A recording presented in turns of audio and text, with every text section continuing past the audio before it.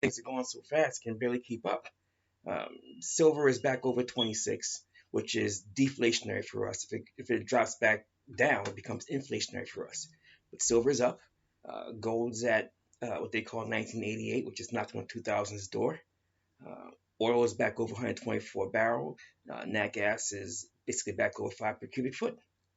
That's a serious scenario, and it's not anything that's going to get any easier, at least for the time being, because of all the conflict, the uh, the hot war where folks are exchanging artillery rounds and whatnot.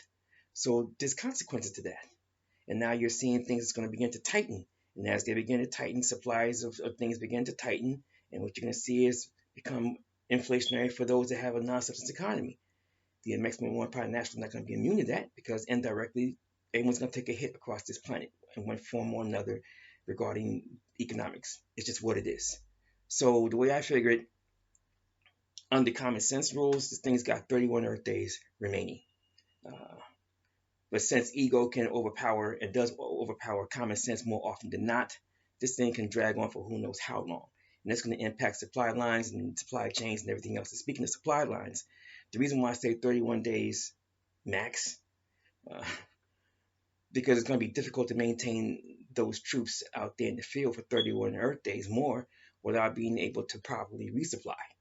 They're going to run out of artillery, they're going to run out of food, they're going to run out of fuel, they're going to run out of supplies they need to carry on the aggression. So the aggressor on the one side is not in control like they thought they would be. The defender is doing a pretty good job of defending. They're bleeding them pretty much.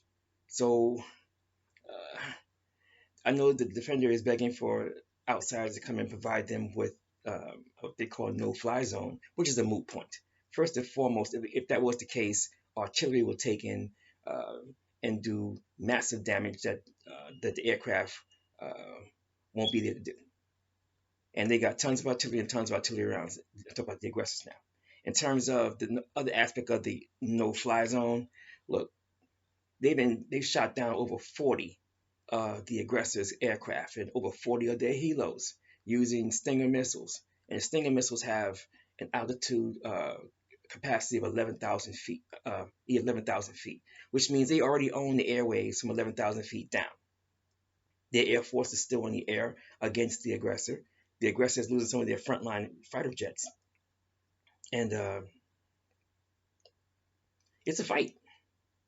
And I know particular parties that think it's going to be like that. I thought I guess they came in thinking it was going to be a shock and awe scenario, and folks would succumb, and they didn't succumb.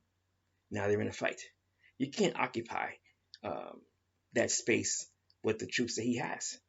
The aggressor cannot. It's not possible. They'll have to literally triple the size of their forces. And in order to do that, that's going to be at least 60 days to train, equip, field, and deploy triple the size of his forces to be the aggressor, continue in the game that they're playing right now. And it's just not a tenable situation because they barely got 31 days to hang on.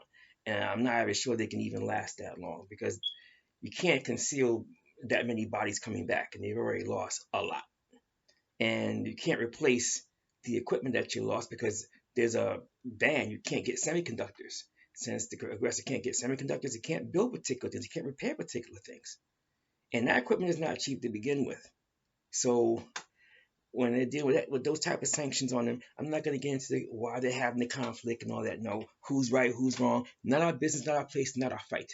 I'm just saying that with all this conflict going on the way it is, it's going to continue to roil the markets. It's going to continue to cause instability. And when there's instability, the quote unquote gold price goes up. Again, deflationary for us. But it also causes oil price to go up, what they call their 10-year treasury notes to go up, and the silver price goes up, which means there's an increase in our buying power, since that's the medium of exchange that we use the most. Oh, the silver as opposed to the gold. Well, it remains to be seen how this thing's going to play out, but I'm pretty sure it's going to end up coming to some type of a settlement when someone tries to save face. But it's really going to be the tickle L because they lost a lot of equipment against somebody that they had a massive advantage over.